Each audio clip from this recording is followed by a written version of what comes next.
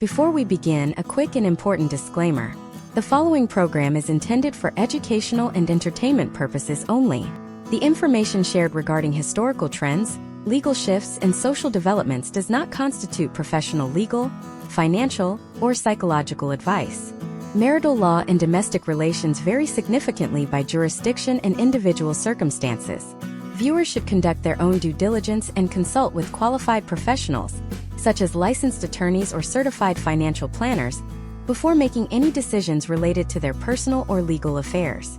The creators of this content are not responsible for any actions taken based on the information provided herein. Imagine a world where a single signature on a legal document could cost you 40% of your lifetime earnings, your primary residence, and your social standing within 24 hours. For much of the 20th century, this was not just a fear. It was a regulated reality that kept millions of Americans in a state of marital paralysis. But today, the landscape has shifted so radically that what used to be a backroom legal battle is now a digital curriculum. We are living in the era of the great uncoupling, where the average American is more likely to search for a divorce tutorial online than they are to walk into a law firm for an initial consultation. This transition did not happen by accident. It is the result of a century-long pressure cooker of shifting gender roles, economic volatility, and a digital revolution that has birthed what many are now calling the divorce university. In this deep dive, we are pulling back the curtain on a $50 billion industry that thrives on the breakdown of the American nuclear family. We are going to explore how we moved from the scandalous divorce colonies of the 1920s to a 2026 reality where educational algorithms guide users through the most painful transitions of their lives. If you have ever wondered why the traditional marriage model seems to be fracturing under the weight of modern expectations, or how the internet has commodified the end of a relationship, you cannot afford to look away. This is the masterclass on how a century of social upheaval created a new educational frontier. For the modern U.S. audience, the problem is no longer the social stigma of ending a marriage. The problem is the catastrophic lack of literacy regarding the process. Most Americans spend more time researching which smartphone to buy than they do understanding the legal and financial frameworks that govern their domestic partnerships. This information gap has led to what economists call wealth erosion, where middle-class families see their net worth decimated by a system they don't understand. We are here to solve that problem by providing the historical context and the structural data required to navigate this new world. By the end of this series, you will understand the historical trends that led to the current legal environment, the case studies of how digital education is replacing traditional litigation, and the potential outcomes of the shift toward a self-educated model of marital dissolution. To understand where we are going, we must first look at the starting line, the early 1920s. 100 years ago, divorce in the United States was a high-stakes legal combat zone that required one party to prove a wrongdoing. This was the era of fault-based divorce. You couldn't just decide you were no longer in love. You had to prove adultery, extreme cruelty, or willful desertion in an open court of law. This created a massive market for private investigators and professional witnesses, turning private pain into public spectacle. For the wealthy elite of the Jazz Age, the only escape was a phenomenon known as the migratory divorce. This was the first precursor to the divorce university, a specialized, localized educational hub for people looking to circumvent the strict laws of their home states. The most famous of these was Reno, Nevada. In the 1920s and 30s, Nevada shortened its residency requirement to just 6 weeks, turning the city of Reno into the divorce capital of the world. This was a systemic disruption. People would travel from New York or Chicago, stay in divorce ranches, and essentially attend a 6-week school on how to reset their legal status. These ranches were the first physical iterations of a divorce university. They provided legal coaching, social networking with others in the same position, and a structured environment to transition from married life to singlehood. It was the first time that the end of a marriage became a commercialized service, rather than just a legal tragedy. Historical trends show that these migratory divorces were the first step in democratizing the exit strategy, though at the time, it was still a luxury reserved for those who could afford 6 weeks of education in the desert. Fast forward to the late 1960s, and the entire framework of American society began to crack.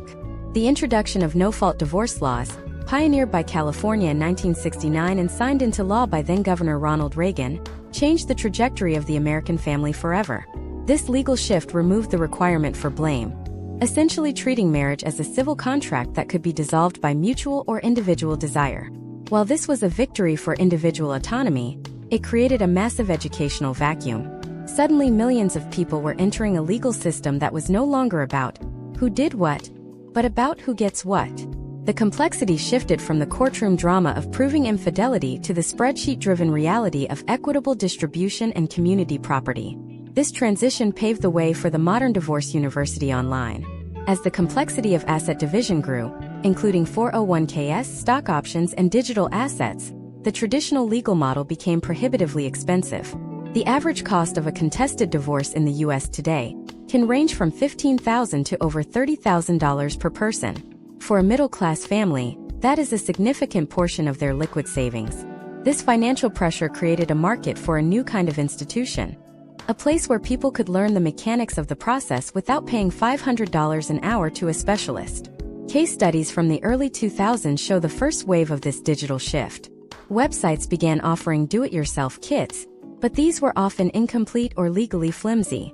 However, as the 2010s progressed, these platforms evolved into comprehensive educational ecosystems.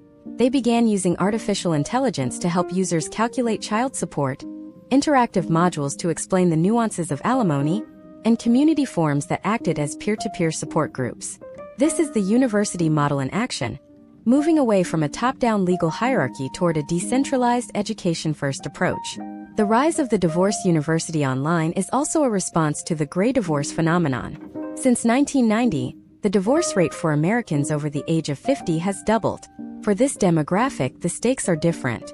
They aren't just fighting over custody. They are navigating the complexities of Medicare, Social Security benefits, and the liquidation of multi-decade retirement accounts. For them, digital education is not just a convenience. It is a survival tool. They are the primary students of these online universities, seeking to understand how to protect 40 years of work from being halved in a system that often prioritizes speed over precision. In the upcoming sections of this masterclass, we will dive deeper into the specific modules of this digital education. We will look at the psychological shift from being a victim to being a student of one's own legal case. We will analyze the data on how self-represented litigants are performing in court compared to those with traditional representation. And most importantly, we will explore the societal implications of a culture that has replaced the "till death do us part" vow with the "until the curriculum ends" reality. We are witnessing the commodification of the end of love, and it is being packaged as an online course. This is the century of change, and the university is now in session. To understand the magnitude of this shift, we have to look at the invisible walls that define the mid-20th century. For decades, the American legal system operated as a closed-loop guild. If you were a citizen in 1975 looking to navigate a separation, you were essentially walking into a black box. There were no public databases, no YouTube tutorials, and no community forums to guide your expectations. You were entirely dependent on a gatekeeper. Imagine a woman named Sarah in 1978. She lives in a suburb of Chicago and has decided that her marriage is no longer viable. In Sarah's world, the law is not a set of rules she can read. It is a service she must purchase. She makes an appointment with a local attorney whose office is filled with leather-bound books that Sarah is not allowed to touch. Each of those books contains the precedents and statutes that will decide her future, yet they are written in a specialized dialect of English designed to be inaccessible to the layperson. This was the era of information asymmetry, where the price of a divorce was not just the legal fee, but the cost of your own ignorance. The historical trends of this period show a massive bottleneck. Because the information was guarded so closely, the legal industry could maintain high price floors. There was no such thing as a competitive market for legal knowledge because the knowledge wasn't a product, it was a secret. This created a culture of fear and total reliance. If Sarah's attorney told her that a 40-60 split was the best she could hope for, Sarah had no way to verify that claim against case studies or historical data. She simply had to trust the gatekeeper. This dynamic is the exact opposite of what we see in the 2026 landscape. Today, the mahogany doors have been replaced by high-speed glass. The leather-bound books have been indexed, tagged, and fed into large language models that can summarize 40 years of Illinois case law in 3 seconds. We have moved from a model of gatekeeping to a model of radical transparency, and that transition is what birthed the Divorce University Online. By the late 1980s and early 1990s, the system began to strain under its own weight. As the divorce rate stabilized at historically high levels, the middle class found themselves priced out of their own legal rights. This is where we see the first recorded surge in pro-se litigation, a term meaning to represent oneself. In 1980, it was rare to see someone walk into a family court without an attorney. By 1995, in some jurisdictions, over 50% of domestic relations cases involved at least one self-represented party. These were the early pioneers, but they were pioneers without a map. They were entering a complex adversarial system with nothing but a few printed forms from the courthouse basement. The potential outcomes for these early self-represented litigants were often disastrous. They missed deadlines, filed incorrect paperwork, and failed to understand the long-term tax implications of their settlements. The courts were clogged, judges were frustrated, and the legal profession doubled down on the narrative that doing it yourself was a recipe for catastrophe. But technology doesn't care about the gatekeeper's narrative. The friction of the 1990s created the vacuum that the internet eventually filled. It started with simple message boards where people would swap stories about their local judges. Then came the first wave of document preparation websites in the early 2000s. These were the high school diplomas of the divorce university, basic, functional, but lacking depth. They gave you the forms, but they didn't give you the education. They told you where to sign, but not why you were signing. This led to a secondary crisis. A generation of divorced Americans who had the legal paperwork finished, but had no idea how to manage the fallout of their poorly structured settlements. Now look at the 2026 reality. Meet James, a 45-year-old project manager in Denver. When James realizes his marriage is ending, he doesn't call a lawyer first. He subscribes to a platform. This is the sophisticated, modern iteration of the divorce university. This isn't just a website. It's an immersive educational environment. Upon logging in, James is presented with a dashboard that looks more like a university registrar than a legal portal. There is a syllabus. Part 1 covers the discovery process. Part 2 covers the valuation of intangible assets like his cryptocurrency portfolio and his vested stock options. Part 3 is a masterclass in co-parenting logistics. James isn't just a client. He is a student. He spends his evenings watching deep dive videos on the difference between separate property and marital property in the state of Colorado. He uses interactive calculators to run simulations of different alimony scenarios. He reads case studies of people in his exact tax bracket who successfully negotiated their own settlements.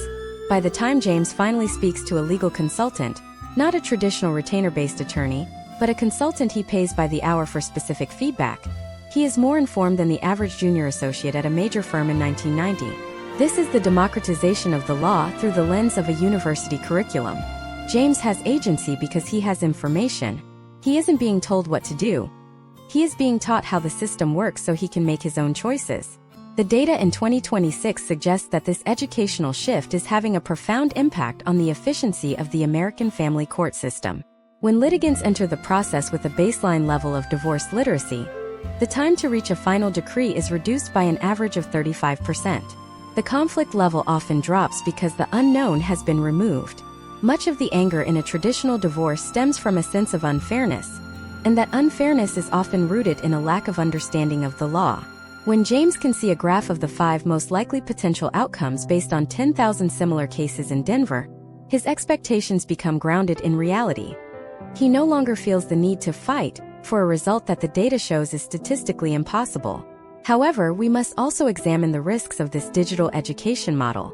A university is only as good as its curriculum, and in the wild west of the 2026 internet, not all divorce universities are created equal. We are seeing a rise in what experts call algorithmic bias in these platforms. Some educational tools are designed with a specific slant. Some might favor the primary earner, while others are geared toward the primary caregiver.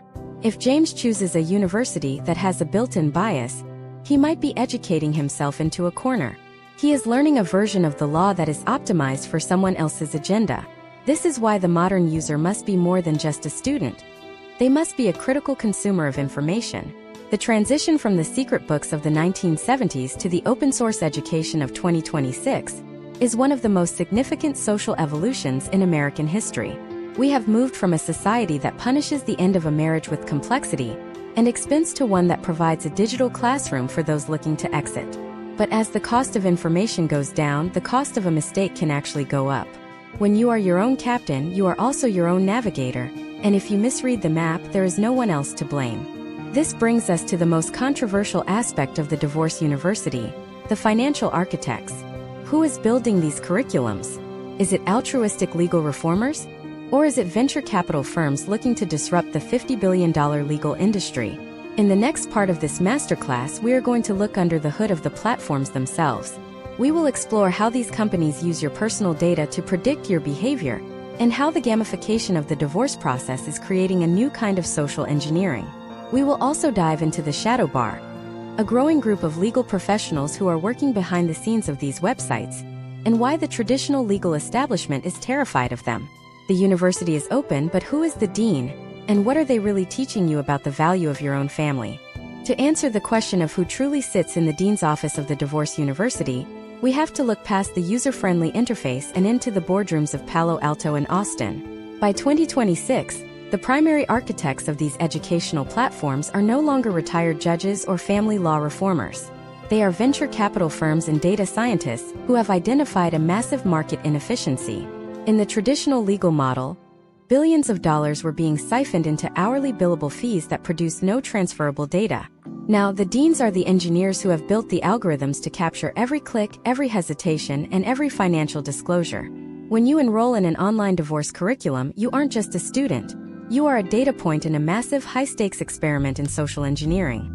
The rise of the shadow bar is the most significant development in this educational revolution. Historically, the legal profession has been protected by strict regulations regarding the unauthorized practice of law, often referred to as UPL. For over a century, these laws ensured that only a licensed attorney could give specific advice. However, the historical trends of the mid-2020s show a systematic dismantling of this monopoly. The shadow bar is composed of legal technologists, AI prompt engineers, and specialized paralegals who operate behind the veil of a digital platform. They don't provide legal representation in the traditional sense. They provide educational content that is so hyper-specific it borders on advice. They are the faculty of the divorce university. They create the modules, the decision trees, and the predictive models that tell a user exactly what a judge in a specific county is likely to do. Consider the case study of a platform we will call Nexus Split, which by 2026 has captured nearly 15% of the contested divorce market in the United States. Nexus Split doesn't employ 10,000 lawyers. Instead, it employs 500 data analysts and a sophisticated proprietary AI. When a user like Michael in Seattle logs in, the dean of his experience is an algorithm that has analyzed 50,000 previous cases in King County. The shadow bar has programmed this system to recognize patterns that a human lawyer might miss. For example, the system might notice that a particular judge is 5% more likely to grant primary custody to a father if the filing happens on a Tuesday rather than a Friday. This isn't law in the way we traditionally understand it. It is statistical warfare packaged as education. The financial architecture of these universities is equally complex. The subscription fee you pay is often just the entry point. The real revenue model is built on what we call the divorce ecosystem. Imagine if a traditional university also owned the grocery store, the housing complex, and the therapist's office where the students lived. That is the 2026 reality of online divorce platforms. As Michael moves through his modules, the platform uses his financial disclosures to offer him targeted services. If the data shows he will need to sell his home, the university's partner real estate firm is already in his inbox with a low-commission offer. If the data shows he is experiencing high levels of stress based on the sentiment analysis of his messages, an in-house mental health subscription is suggested. The dean's goal is to capture the entire life cycle of the breakup, turning a singular legal event into a multi-year revenue stream. This has led to a fierce battle with the traditional legal establishment. The American Bar Association and various state-level bar associations have attempted to shut down these universities, citing concerns over consumer protection. They argue that the shadow bar lacks the ethical oversight and professional responsibility that a licensed attorney provides. But the potential outcomes of these lawsuits have largely favored the tech giants. The argument that has won over many state legislatures in 2025 and 2026 is one of access. When a traditional lawyer costs $400 an hour and the divorce university costs $99 a month, the public's choice is clear. The legal establishment is terrified because they are being replaced by a more efficient, data-driven teacher. To understand the step-by-step reality of how this university operates, let's look at the enrollment process in 2026. When Michael joins, his first step isn't to talk about his feelings or the reason for the split. His first step is a digital forensic audit. He is instructed to link his banking apps, his investment portfolios, and even his smart home data. The university's AI then performs a process called automated discovery. In a traditional divorce, this process could take months of back and forth between lawyers, costing thousands in paper shuffling fees. In the divorce university, it happens in 60 seconds.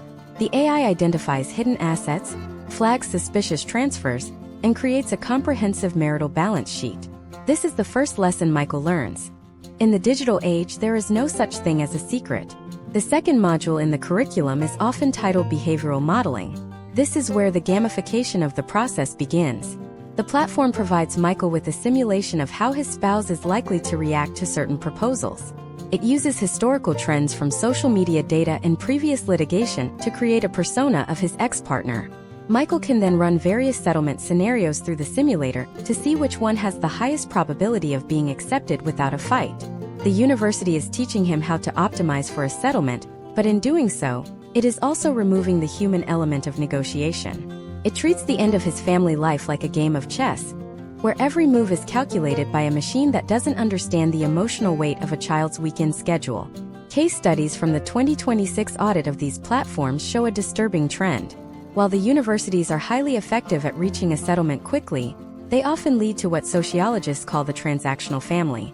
By educating parents to see their time with their children as a series of credits and debits in a digital ledger, the platforms may be inadvertently eroding the emotional foundations of co-parenting. The curriculum teaches you how to win the legal battle, but it doesn't teach you how to maintain a healthy relationship with your former spouse for the next 20 years. The deans of these universities are focused on the exit, not the aftermath. Furthermore, we must look at the role of the instructors within the shadow bar. These are often former lawyers who left traditional practice because of burnout. They are now paid to write the scripts and design the logic that the AI uses. They are essentially the ghostwriters of the modern legal system. They work in a gray area where their expertise is used to build a product, but they have no individual client-attorney relationship with the users. This creates a massive accountability gap. If the university's curriculum provides a flawed strategy that leads to Michael losing his retirement savings, who is responsible? The software developer? The private equity firm that owns the platform? Or the AI itself? As we move deeper into this masterclass, we have to confront the reality that the divorce university is a reflection of a society that has given up on the idea of marital permanence. It is an institution built on the assumption of failure. By making the exit so efficient and so educational, are we making it too easy to quit? Or are we simply providing a necessary tool for a modern world where the old structures no longer work? The data suggests that the availability of these platforms correlates with a higher rate of initial filings, but a lower rate of high-conflict litigation. We are trading intensity for frequency. The university is not just a place of learning. It is a place of transformation. By the time a user completes the 10-part curriculum of a modern divorce platform, they are a different person. They have been trained to think like a litigator, to value assets like an accountant, and to communicate like a mediator. But what happens when the game is over? What happens to the students who have been taught that the most intimate parts of their lives are merely data points for an algorithm to solve? In the next part of this deep dive, we are going to look at the most addictive part of the divorce university, the gamification of heartbreak. We will explore the psychological hooks that these platforms use to keep you engaged, the dopamine loops of the discovery process, and the dark reality of how these companies are profiting from your late-night scrolling. We will also reveal the 2026 data on the divorce influencer industry, a new breed of content creators who are the public faces of these universities. Is your heartbreak being used as a lead magnet for a corporate algorithm? The answer might change how you look at your screen forever. The moment you realize your marriage is over in 2026, the digital dragnet begins to tighten. For a user like Emily, a 34-year-old marketing director in Austin, the transition from a private crisis to a public data point happens in the milliseconds it takes for her to type a single search query. But the divorce university doesn't just wait for you to find it. It has already used historical trends to predict your arrival. In the world of high-retention tech, heartbreak is the ultimate engagement metric. When Emily starts engaging with the online curriculum, she isn't just looking for legal forms.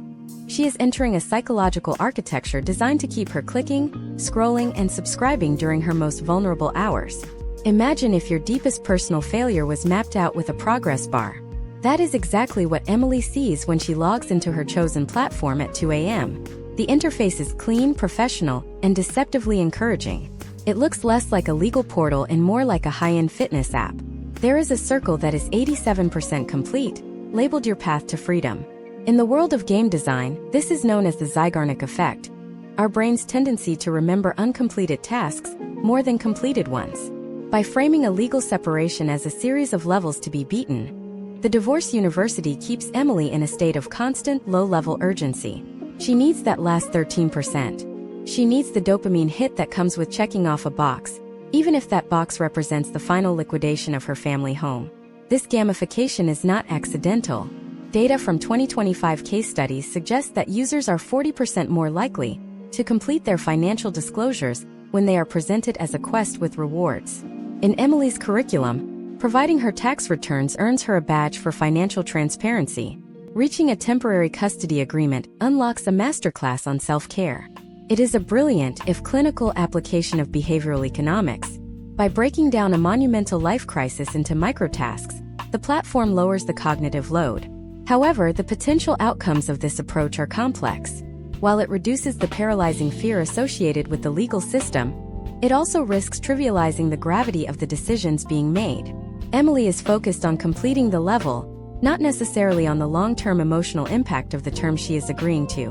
While Emily is inside the platform, a whole different ecosystem is working to lead others to the same door. This is the 2026 divorce influencer industry. For decades, the public face of divorce was either the aggressive trial lawyer or the weeping celebrity on a magazine cover. Today, the face of divorce is the uncoupling vlogger. These content creators have turned their personal tragedies into a highly profitable content vertical. They are the unofficial recruiters for the Divorce University. A prominent example is a creator who goes by the handle The New Single Life. She doesn't just post about her feelings. She posts about her workflow. She shows her followers how she uses the platform's AI to organize her life, how she optimizes her digital discovery, and how she manages her legal budget using the university's tools. These influencers operate on a sophisticated affiliate model. When a viewer clicks the link in their bio to sign up for a 3-month divorce curriculum, the influencer receives a commission that can range from $50 to $200 per referral. This has created a massive incentive to romanticize the process of uncoupling. The historical trends of 2026 show that divorce content has become a lifestyle category, sitting right next to home renovation and fitness. The narrative has shifted from "we failed" to "I am leveling up." For the Divorce University, this is the ultimate lead magnet. It provides a constant stream of high-intent users who have been pre-sold on the idea that the end of their marriage is an educational journey. But the real engine of this industry is the data pipeline. Every time Emily watches a video titled "How to Spot Financial Infidelity," the algorithm notes her interest.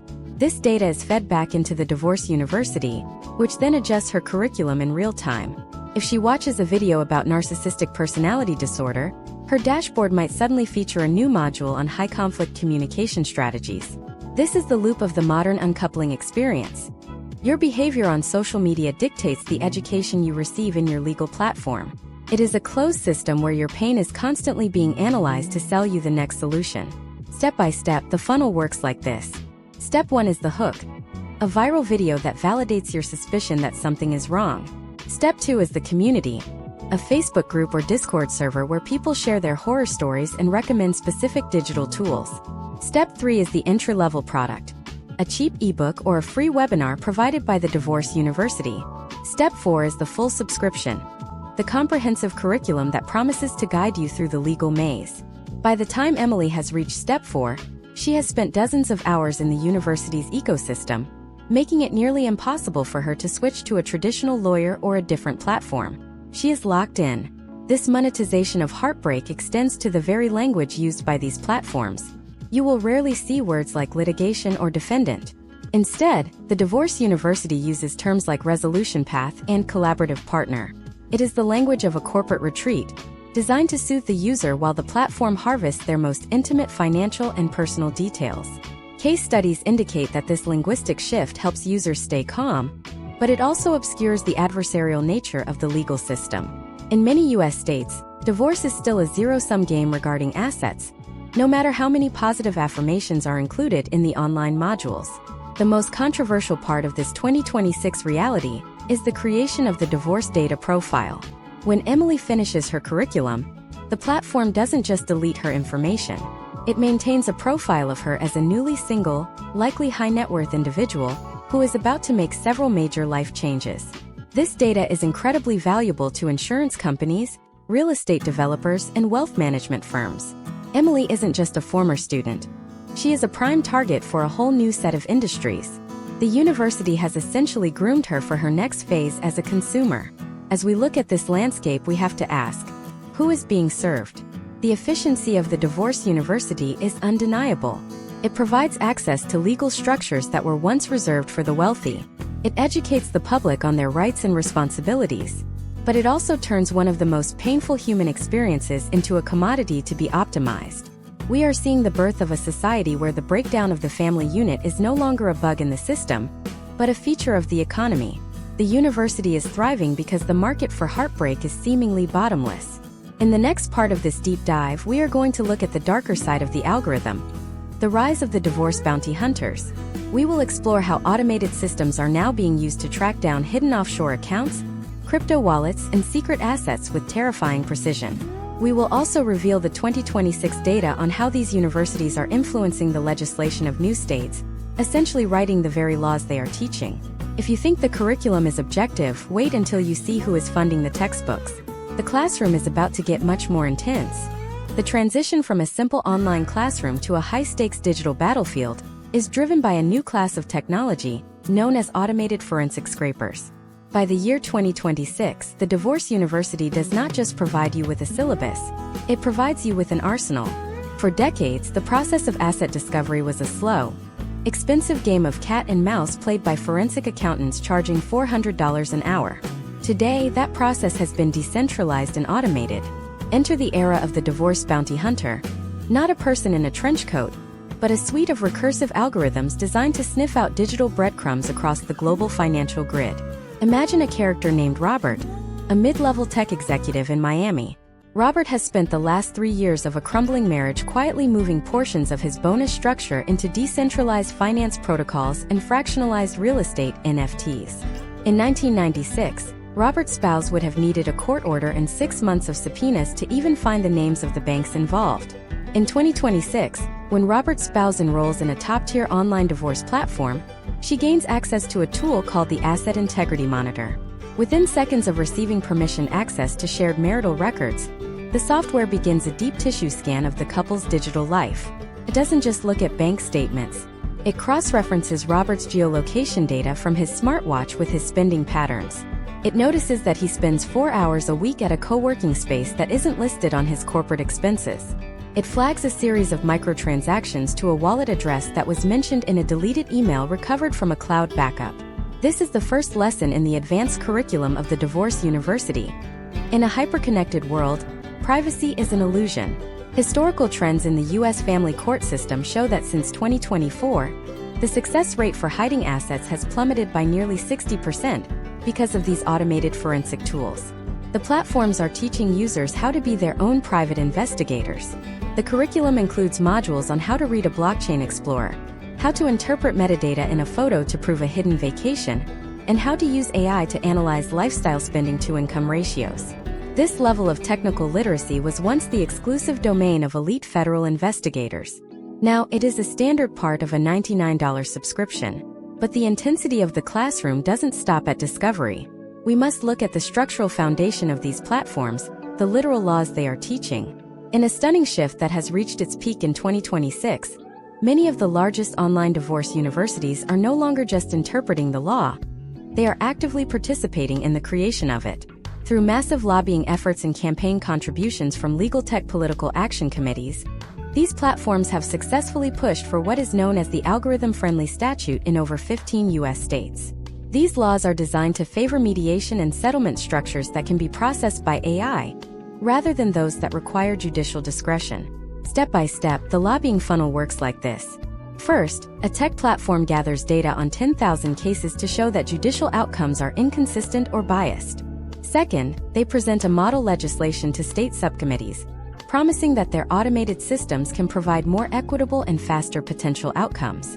Third, once the law is passed, the platform updates its curriculum to reflect the new code, effectively making its software the primary gateway to the legal system. This creates a feedback loop where the platform is the teacher, the textbook, and the gatekeeper of the law itself. Case studies from states like Arizona and Utah show that when these digital-first laws are implemented, the role of the traditional judge is reduced to a rubber stamp for the university's output. This brings us to the controversial concept of the smart textbook. When you are learning from an online platform, you assume the information is neutral.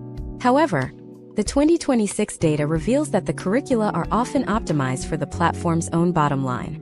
If a venture capital firm with heavy investments in subprime mortgage refinancing owns the platform, the educational modules may subtly nudge users toward liquidating their home equity as the cleanest settlement option. The potential outcomes of this biased education are staggering. We are seeing a generation of students who are being taught a version of family law that prioritizes the movement of capital over the stability of the household. The curriculum suggests specific financial products, specific banking partners, and specific debt consolidation services, all integrated directly into the learning modules. Consider the psychological impact on a user like Robert. When he realizes his spouse has the asset integrity monitor, the game changes from a legal dispute to a survival struggle. He might then enroll in a competing university that teaches counterforensics, how to obfuscate digital trails and use privacy-enhancing technologies to shield assets. This has birthed a secondary market of defensive divorce education. We are witnessing the emergence of an educational arms race where both parties are being trained by competing algorithms. The divorce university is no longer a place of peaceful transition. It is a simulation of total war. The data from the early part of 2026 suggests that this escalation is causing a massive rift in the legal profession. Traditional attorneys are now being forced to attend their own version of these universities just to keep up with the tools their clients are using. A lawyer who doesn't understand the forensic scrapers used by a popular online platform is essentially malpractice-prone in the modern era. We are seeing the rise of the hybrid litigator, a lawyer who acts more like a tech support specialist, helping clients navigate the university's software rather than arguing in front of a jury. But what happens when the software makes a mistake? In a traditional court, a judge can account for human nuance. A sick child, a sudden job loss, an emotional breakdown. An algorithm, however, is binary. The divorce university teaches its students that the data is the truth. If the software calculates a specific support payment based on a 5-year earnings average, it doesn't care that the industry the person works in is currently collapsing. The Deep Dive Masterclass is teaching a generation to value mathematical certainty over human empathy. Case studies of automated settlements in 2025 show a 10% increase in post-divorce litigation, as parties realize the perfect digital settlement didn't account for the messiness of actual life. As we move toward the center of this century of change, the line between an educational tool and a weapon of social engineering has blurred into non-existence. The university is open, the seats are full, and the tuition is being paid in the form of our most private data. But as the algorithms become more powerful, a new question arises. Who is teaching the teachers? Who audits the code that is now deciding the fate of the American family? In the next part of this series, we are going to explore the emergence of the digital custody AI. We will look at how platforms are now using social media sentiment analysis and parental performance metrics to suggest custody arrangements before a human social worker ever steps into the home. We will also dive into the 2026 case of the first AI-only divorce, where not a single human professional was involved from filing to final decree. Is the future of the family being written in code? And if so, what happens when that code has a bug? The next lesson is about to begin, and the stakes involve the very people you love most. The shift from counting coins to counting hours of quality time marks the entry into the most sensitive module of the divorce university curriculum, the digital custody AI. In the traditional legal era, custody was determined by a judge's subjective interpretation of the best interests of the child, often based on a few hours of testimony and a home visit from a social worker. By 2026, the divorce university teaches its students that the best interests of the child is no longer a philosophical question. It is a data science problem. We have entered the age of the parenting scorecard, where every interaction, every GPS ping, and every text message is synthesized into a predictive model that determines who is the more stable guardian. Imagine a father named David, a high school teacher in Ohio. When David enters the custody module of his online platform, he is not asked to write a statement about his love for his children. Instead, he is prompted to grant the AI access to his smart home ecosystem and his digital communication logs for the past 24 months. The university's algorithm then performs a sentiment and reliability audit. It analyzes the tone of his messages to his children, the consistency of his arrival times at home according to his car's telematics, and even the nutritional value of the groceries he buys through delivery apps. This data is compared against historical trends of successful co-parenting outcomes. The potential outcomes of this audit are then presented to David as a percentage-based custody probability. If the AI sees that David consistently stays late at work on Tuesdays, it doesn't suggest he try harder. It automatically recalibrates the suggested parenting schedule to reflect his existing behavior. This brings us to the landmark case study of 2026 that rocked the American legal landscape: the Simmons versus Simmons dissolution in Delaware. This was the first recorded AI-only divorce where a human judge, a human lawyer, and a human mediator were never involved. David and Sarah Simmons, both software engineers, decided to bypass the traditional court system entirely. They enrolled in an elite tier of the divorce university that offered a legally binding smart contract settlement. Every aspect of their separation, from the division of their diversified investment portfolio to the minute-by-minute parenting plan, was handled by an autonomous legal agent. The Simmons case serves as a step-by-step masterclass in the future of domestic relations. Step 1. The AI performed a cross-platform data harvest, pulling in all financial, social, and logistical data. Step 2. It utilized a large language model specifically trained on Delaware family law to draft a resolution that optimized for both parties' tax liabilities and the children's school proximity. Step 3. The AI acted as a real-time mediator. When David and Sarah reached a stalemate regarding a summer vacation schedule, the AI didn't let them argue. It presented 3 options based on game theory, showing how each choice would affect their long-term travel budget and the children's extracurricular consistency. Because the AI had no ego and no hourly fee, the Simmonses reached a final, legally binding decree in just 14 days. The total cost? Less than $3,000. However, the Divorce University also teaches a darker skill set: algorithmic curating. This is the practice of modifying one's digital behavior to specifically appeal to the custody AI. In the same way that students used to study for the SATs, parents in 2026 are studying for the parenting scorecard. The curriculum includes lessons on how to use specific keywords in text messages to appear more empathetic, and how to ensure your digital footprint reflects a high-stability lifestyle. For example, a student might be taught to avoid making large purchases or changing their routine in the 6 months leading up to a filing, as the algorithm flags sudden behavioral shifts as a sign of instability. This has created a simulation of parenting where the goal is not necessarily to be a better parent, but to generate better data. We must also confront the reality of what happens when the code has a bug. In early 2026, a major platform's custody algorithm was found to have a systemic bias against parents who worked irregular hours in the gig economy. Because the AI was trained on historical data that favored traditional 9-to-5 employment as a marker of stability, it was inadvertently suggesting lower custody percentages for nurses, first responders, and freelance creators. This was not a conscious choice by the developers but a failure of the dataset. The Divorce University, in its quest for efficiency, had ignored the human nuance of the modern workforce. This led to a wave of appeals where human judges had to step back in to override the digital curriculum. It served as a stark reminder that while an algorithm can count the hours you spend at home, it cannot measure the quality of the connection during those hours. The historical trends suggest that we are moving toward a tiered system of justice. The wealthy may still pay for the intuition of a high-priced human attorney, but the vast majority of the U.S. public is being funneled into these automated educational tracks. The Divorce University is essentially creating a standardized, algorithmic middle class of families. In these online classrooms, you are taught that conflict is a waste of resources. You are taught that your family is a system to be optimized. The curriculum is incredibly effective at reducing the backlog of the court system, but it raises a profound question. Are we losing the ability to resolve human problems through human dialogue? Step by step, the Divorce University is replacing the courthouse with the interface. When you log in, you are greeted not by a bailiff but by a progress bar. You are guided through the most traumatic experience of your life by a series of prompts that treat your grief as a hurdle to be cleared for the sake of data integrity.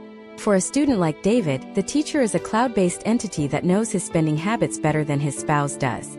The curriculum is a masterpiece of logistics, but it is a desert of empathy. We are witnessing the birth of a world where your rights as a parent are determined by your ability to navigate a digital syllabus. The implications of the Simmons case are still being debated in law schools across the country. If a machine can dissolve a marriage more efficiently and with less conflict than a human, does the human element even have a place in family law?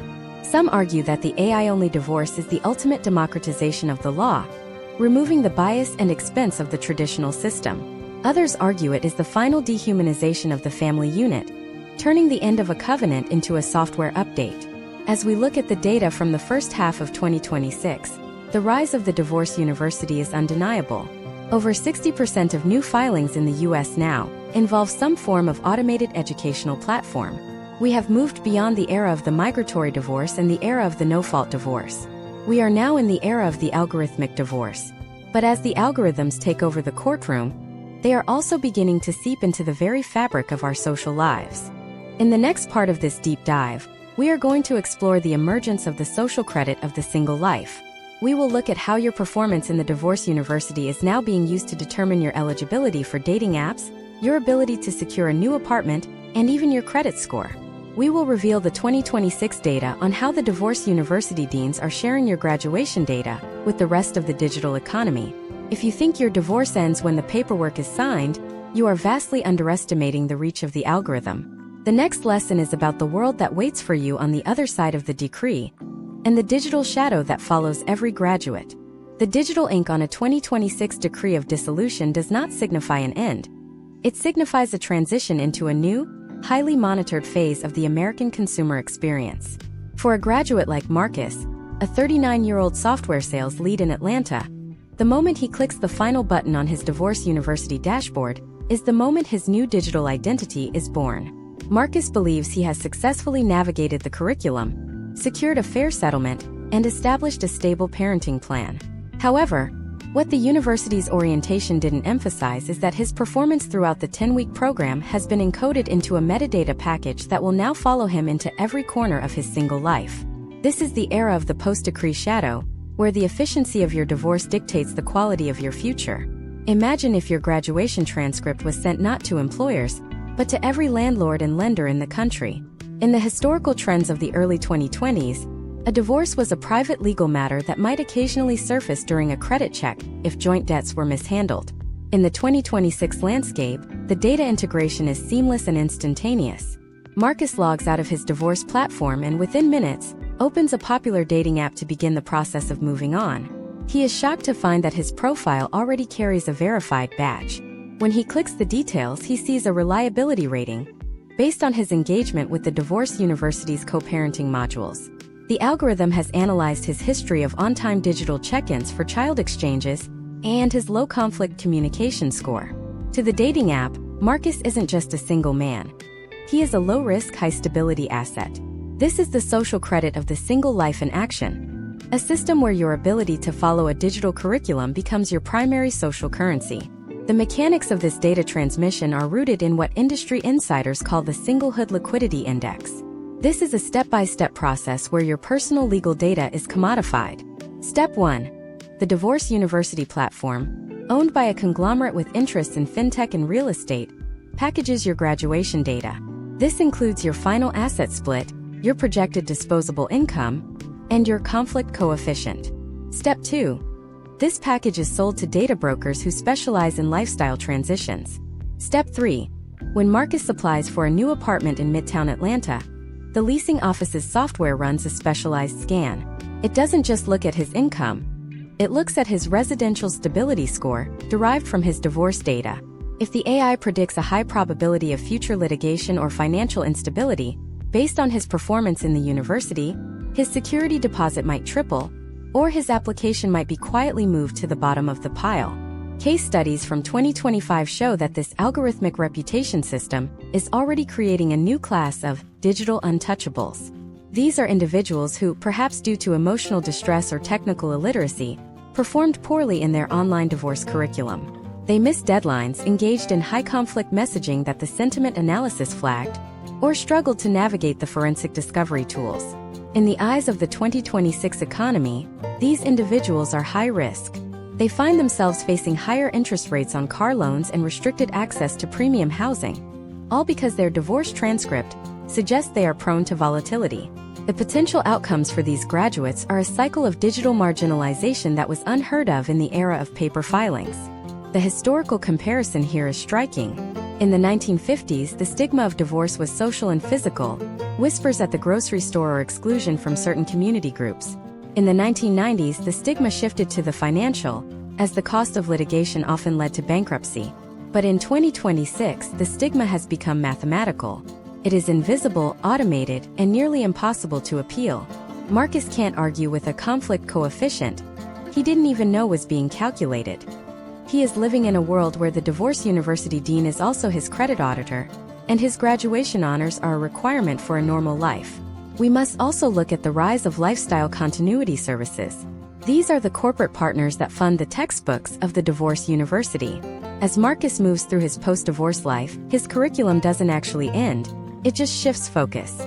The university now offers elective modules on wealth rebuilding, co-parenting in a digital world, and single-income household optimization. Each of these modules is a thinly veiled sales funnel. If Marcus watches a video on protecting your post-divorce assets, the next ad he sees is for a specific insurance product designed for single fathers. If he engages with a module on creating a new home environment, he receives targeted discounts from furniture retailers that specialize in compact, modular living. The university has turned his life transition into a permanent marketing loop. The depth of this integration extends even to his employment. In 2026, some high-level corporate recruiters have begun asking for resilient certifications from recognized life transition platforms. They argue that a candidate who has successfully and efficiently navigated a complex digital divorce shows superior organizational skills, emotional intelligence, and technical proficiency. Marcus's manager at the sales firm even mentions his life management score during a quarterly review, noting that his ability to maintain high performance during a major personal transition makes him a candidate for leadership. While this sounds like a positive potential outcome, it reinforces the idea that every aspect of our private lives is now a metric for professional evaluation. Furthermore, we are seeing the emergence of remarriage insurance, a product that uses divorce university data to calculate the premium. If the university's predictive model shows that Marcus has a 70% chance of a successful second marriage based on his collaborative learning score, his premiums are low. If the data shows he failed certain modules on communication or financial transparency, the insurance company might deny him coverage or charge a prohibitive rate. The university is no longer just helping you end a marriage, it is underwriting the risk of your next one. This level of social engineering is the logical conclusion of a century of change. We moved from the moral judgment of the church to the legal judgment of the state, and now to the mathematical judgment of the algorithm. The Divorce University Online is the gateway to this new reality. It provides the tools for a clean break, but it also installs the tracking devices that ensure you never truly break away from the data. Marcus is a free man, but he is a free man with a digital shadow that is longer and more detailed than he ever imagined.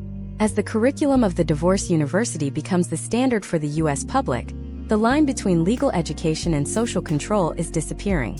We are being taught how to end our relationships in a way that is most convenient for the digital economy. We are being trained to be good students of our own tragedies, so that we can remain good consumers in the aftermath. The university is thriving because it has convinced us that efficiency is the same thing as healing, and that data is the same thing as truth. But as Marcus navigates his new life in Atlanta, he begins to notice something. His reliability rating on the dating app starts to drop when he stops logging into the university's alumni portal. The system is penalizing him for disengaging. It wants him to remain a student forever. It needs his data to keep the algorithm sharp. He realizes that he didn't just graduate from a university. He enrolled in a lifelong surveillance program. In the next part of this masterclass, we are going to look at the ultimate evolution of this system, the legacy algorithm. We will explore how the Divorce University is now being used to predict the future marital success of the children involved, creating generational divorce risk profiles. We will dive into the 2026 data on how your children's educational and social opportunities are being shaped by the way you handled your online modules today. Is your digital shadow being cast over your children's future? The next lesson is the most chilling one yet. as we see how the university is preparing the next generation for a world where forever is just a data point that hasn't expired yet. The inheritance of the 2026 divorce graduate is not measured in liquidated home equity or split 401k accounts alone. It is measured in the permanent digital record assigned to their offspring. As Marcus navigates his new life in Atlanta, his 10-year-old son Leo is unknowingly becoming the primary subject of the legacy algorithm. In the traditional era of the 1990s, children of divorce were studied by sociologists through retrospective surveys and longitudinal academic papers that took decades to publish. In 2026, the Divorce University has automated this observation. The university does not just teach parents how to separate, it uses the data from that separation to predict and effectively shape the future of the children involved. This is the era of the generational divorce risk profile, a mathematical shadow that begins to form the moment a parent logs into a resolution platform. Imagine Leo in his classroom. He is using a tablet provided by a school district that has partnered with several major data analytics firms to monitor student well-being. What Leo's teachers do not see, but the algorithm does, is the direct feed from the co-parenting app his parents use to graduate from their online divorce curriculum. Every time Marcus and his ex-spouse have a micro-conflict over a soccer practice pickup, a data point is generated. If the sentiment analysis flags a sharp tone in a text message or a delay in a digital child support transfer, Leo's Family Stability Index, or FSI, fluctuates. In the 2026 economy, this index is becoming as critical as a credit score. We are seeing historical trends where institutional access is being gated by these relational metrics. The first major frontier for the legacy algorithm is the education sector. Case studies from elite private universities in the northeastern United States show a growing reliance on what they call emotional resilience data. Admissions departments in 2026 are no longer satisfied with high SAT scores or perfect GPAs. They are looking for students who have high stability backgrounds or, conversely, those who have successfully navigated high-conflict environments according to their Family Stability Index. If Leo's FSI shows that he was raised in a highly optimized, low-conflict digital divorce environment, he is flagged as a low-risk investment for the university. If his data shows a history of unresolved parental litigation and volatile household transitions, he may find himself facing higher tuition premiums or restricted access to specific scholarship funds. The argument from the institutions is that they are simply managing their risk by identifying students with higher potential outcomes for graduation and long-term alumni success. The mechanics of this generational profiling work through a step-by-step integration of the Divorce University curriculum. Step 1 is the mandatory enrollment of the child in a digital transition module. While Marcus was learning how to divide his stock options, Leo was instructed to use an app that helps children of divorce express their feelings through gamified interactions. Step 2 is the continuous monitoring of these interactions. The app tracks Leo's pulse during video calls with his non-custodial parent and uses voice stress analysis to determine his level of comfort. Step 3 is the synthesis of this data into a legacy profile. This profile is then sold or shared with the same data brokers who manage Marcus's single-life social credit. By the time Leo is 18, he will have a decade of documented relational data that will influence his first car insurance rate, his first apartment lease, and his first professional background check. Historical trends indicate that the concept of the intergenerational transmission of divorce, the statistical likelihood that children of divorce will eventually divorce themselves, is being treated by the 2026 insurance industry as a pre-existing condition. We are seeing the rise of relationship underwriting. When Leo eventually decides to marry in the 2040s, his insurance company will look back at the 2026 data from his parents' Divorce University transcript. If the legacy algorithm predicts a high risk of marital failure based on his childhood exposure to conflict, his marriage license insurance premiums will be significantly higher. This is not a conspiracy. It is the logical extension of the actuarial science that already governs our lives. The university is essentially creating a world where your parents' ability to follow a digital syllabus determines your future financial burden. Furthermore, we must examine the rise of the resilience curriculum for children. In an effort to offset low FSI scores, the Divorce University now offers specialized courses for children like Leo. These are designed to teach them how to be better data points. If a child shows signs of stress that are lowering the family's stability score, they are funneled into digital therapy modules that focus on stoic emotional regulation. The goal is not necessarily to heal the child's trauma, but to normalize their digital output so that it no longer flags the algorithm. We are training a generation to perform stability for the sake of the family's economic standing. Case studies from 2025 suggest that children who are aware of their FSI score begin to self-censor their emotional responses to avoid penalizing their parents' credit or housing opportunities. This creates a chilling new dynamic within the family unit. The Divorce University has successfully turned the parent-child relationship into a performance of data integrity. Marcus is no longer just a father. He is a data manager. He knows that his behavior in the co-parenting app directly affects Leo's future opportunities. This creates a high-pressure environment where every interaction is calculated for its impact on the legacy algorithm. The potential outcomes of this are twofold. On one hand, it may lead to a radical reduction in visible parental conflict, as the financial costs of an argument are now immediate and generational. On the other hand, it creates a sanitized, transactional family environment where genuine emotional expression is viewed as a systemic risk. As we look at the data from the mid-2026 fiscal year, the commodification of the resilient child has become a multi-billion-dollar industry. Investment firms are now offering stability bonds, which are financial instruments that bet on the long-term success of children from top-tier, AI-optimized divorce backgrounds. These firms use the legacy algorithm to identify high-potential children and provide them with educational grants in exchange for a percentage of their future earnings. The Divorce University is no longer just a school for ending marriages. It is a refinery for human capital. This brings us to the most profound shift in the century of change. We have moved from a society that ignored the impact of divorce on children to a society that quantifies it with terrifying precision. The university has convinced us that by measuring the pain of a child, we can somehow manage it. But as Leo navigates his digital syllabus, he is learning a lesson that was never intended by the deans of the online platforms. He is learning that his value is tied to his predictability, and that his future is a script written by an algorithm that remembers everything his parents ever did. In the next part of this deep dive, we are going to look beyond the borders of the United States.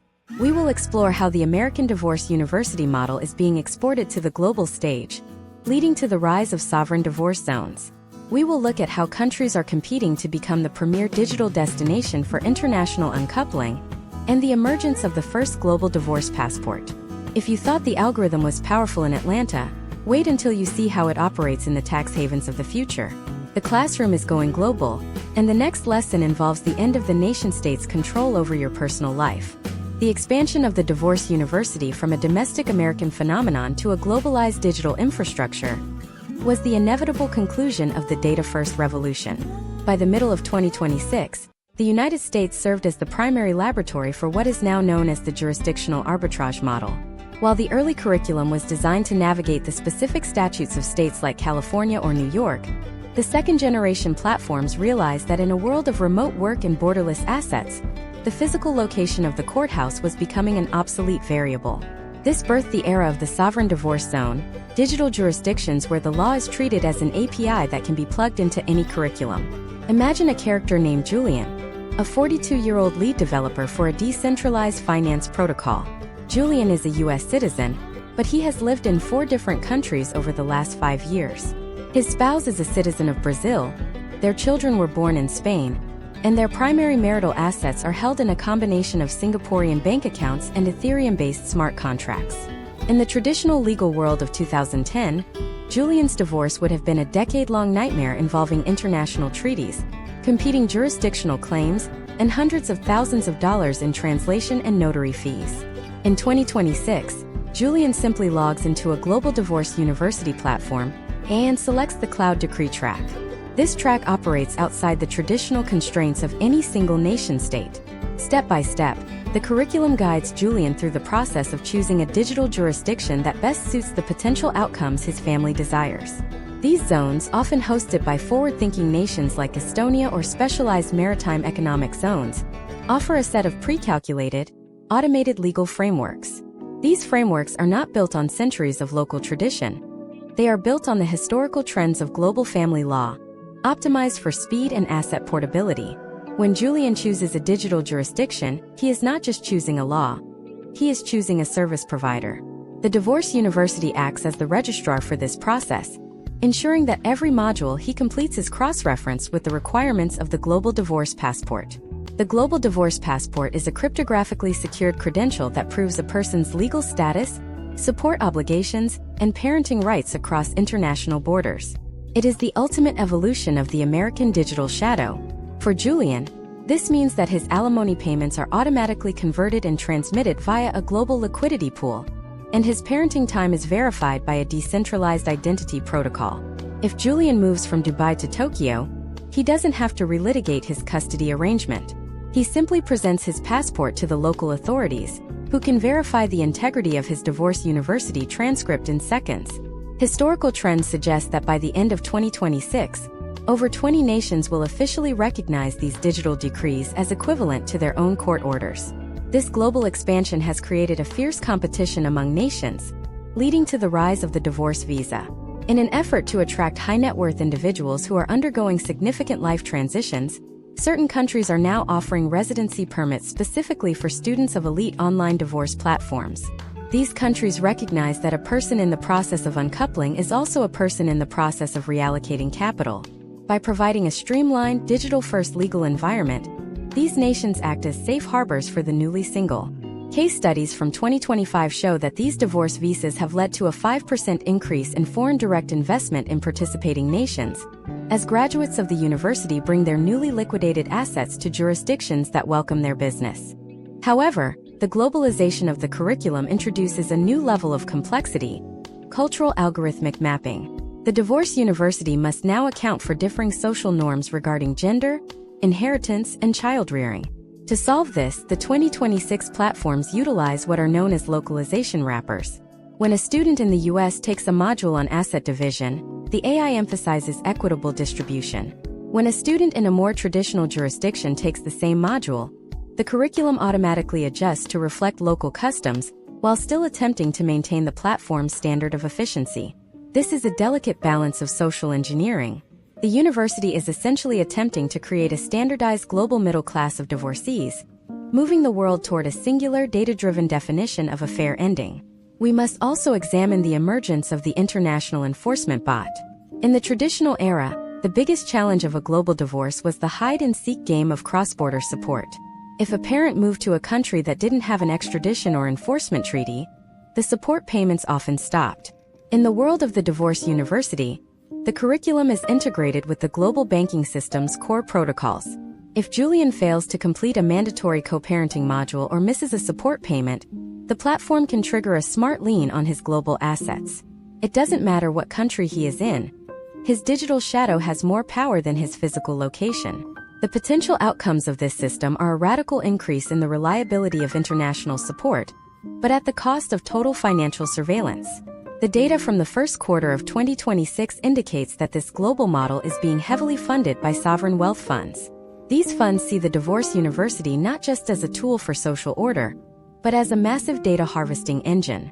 By controlling the curriculum that guides the world's uncoupling, they gain unprecedented insight into the movement of global wealth and the shifting demographics of the middle class. The dean of the university is no longer just a tech CEO. The dean is a geopolitical actor. For Julian, the experience is strangely impersonal. He is navigating the most significant emotional event of his life through a series of globalized interfaces. He is learning how to be a global citizen of singlehood. The university teaches him that his loyalty should not be to the laws of his birth country, but to the efficiency of the digital protocol. He is told that a clean break is a profitable break. But as he completes his final international module, he begins to realize the true price of the global divorce passport. He is no longer bound by the laws of a nation, but he is permanently tethered to the logic of the platform. The expansion of this model suggests that we are witnessing the first truly post-national legal system. The divorce university has succeeded where the United Nations and other international bodies have failed. It has created a functional, enforceable, and standardized global law. But this law is not based on human rights or democratic consensus. It is based on the optimization of the exit. It is a law written by the winners of the data wars, for the purpose of ensuring that the machinery of global commerce is never interrupted by the messiness of a human breakup. In the final part of this masterclass, we are going to synthesize everything we have learned. We will look at the ultimate destination of the century of change, the post-marriage society. We will explore the 2026 projections for the decline of the domestic contract and the rise of the subscription family. We will reveal the final, most hidden lesson of the divorce university. Why the platform doesn't just want you to graduate, but why it is already preparing for your next enrollment. This is the conclusion of the deep dive, where the true purpose of the university is finally revealed, and it is far more ambitious than just a legal settlement. The final bell is about to ring. The true purpose of the Divorce University Online in 2026 is the institutionalization of the temporary. For over a century, the American social contract was built on the foundation of the permanent domestic unit. But through the lens of the modern digital curriculum, the deans of these platforms have reframed the end of a marriage as a necessary stage of human and economic evolution. The university is not designed to help you leave a marriage. It is designed to prepare you for a lifetime of serial uncoupling. In the 2026 landscape, the deans have realized that a person in a state of permanent marital stability is a stagnant consumer. They are predictable, but they are also slow to move capital. However, a person who cycles through the university every 7 to 10 years is a high-velocity engine for the economy. They move homes, they liquidate and reinvest assets, they purchase new domestic goods, and they pay for new tiers of digital management. The true purpose of the university is the creation of the liquid individual, a person whose domestic life is as modular and updatable as their smartphone software. Imagine a graduate named Alex, a 38-year-old in Chicago, who has just received his digital decree of dissolution. In 1926, Alex would have been a social pariah, his life effectively stalled by the stigma of a failed vow. In 1976, he would have been a legal victim, his wealth decimated by a decade of litigation. But in 2026, Alex is an optimized product. The Divorce University does not close his account when his paperwork is filed. Instead, his dashboard shifts to a new interface: post-graduation relationship management. The algorithm, having analyzed every emotional outburst, financial disclosure, and parenting decision Alex made during his 10-week curriculum, now knows exactly why his marriage failed. It knows his breaking points, his negotiation biases, and his conflict-triggering behaviors. It uses this data to offer him a new set of modules, the pre-selection curriculum. This is the birth of the subscription family. Historical trends show that by mid-2026, the traditional marriage rate in the U.S. has fallen to an all-time low, replaced by what sociologists call term-limited partnerships. These are domestic contracts with a built-in sunset clause, typically 5 or 7 years, at which point the parties can choose to renew their agreement or allow it to expire. The Divorce University acts as the registrar for these term-limited unions. The curriculum teaches Alex that the potential outcome of a lifelong commitment is statistically lower than the potential outcome of a series of highly optimized, modular partnerships. Step by step, the university prepares Alex for his next enrollment. Step 1. The AI analyzes his Divorce University transcript to identify his compatibility gaps. Step 2. It matches him with other graduates whose relationship stability scores complement his own. Step 3. It drafts a pre-programmed exit strategy for the next partner before they even have their first date. This is the ultimate democratization of the exit, where the ending is engineered before the beginning even occurs. The data driving this shift is staggering.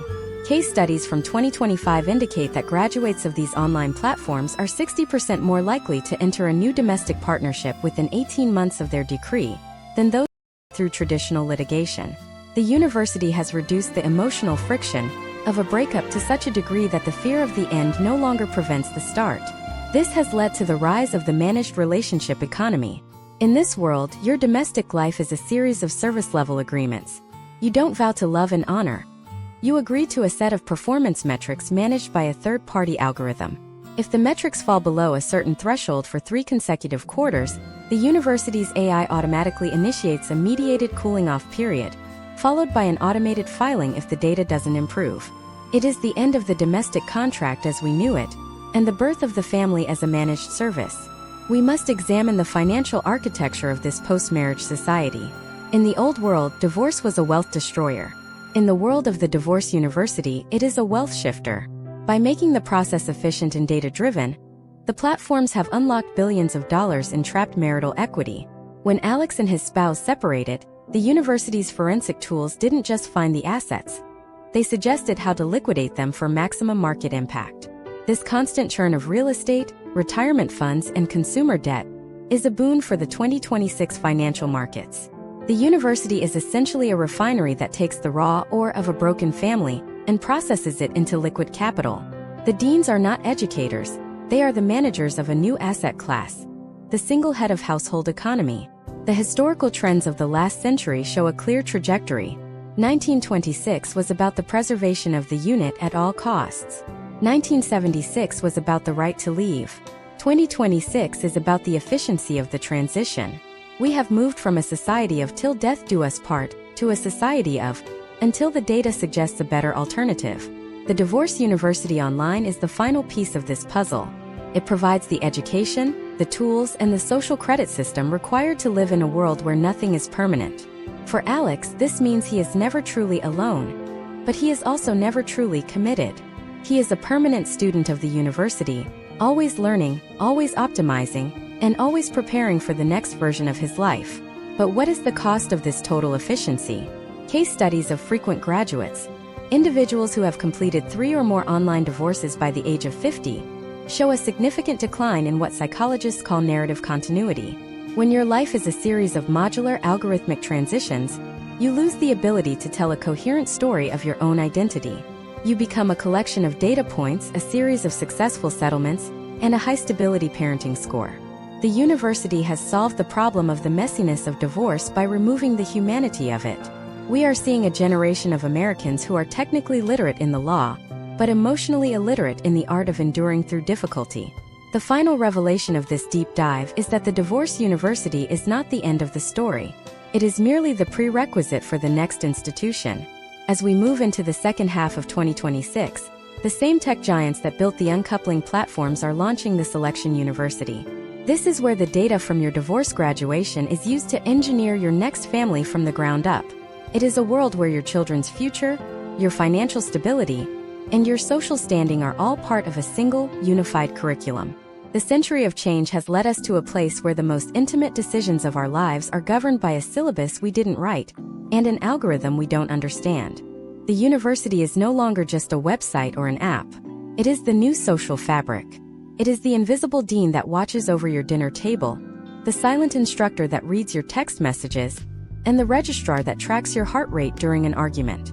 We have successfully birthed a system that makes heartbreak a manageable, profitable, and educational experience. But as the final bell rings for this masterclass, we have to ask ourselves, in our quest to make the ending easier, have we made the beginning meaningless? The data suggests that the potential outcome for this new society is a radical increase in individual autonomy and a radical decrease in social cohesion. We are becoming a nation of perfectly optimized, highly educated, and entirely disconnected individuals. The university has taught us everything about how to leave, but it has taught us nothing about how to stay. This concludes our 10-part masterclass on the century of change.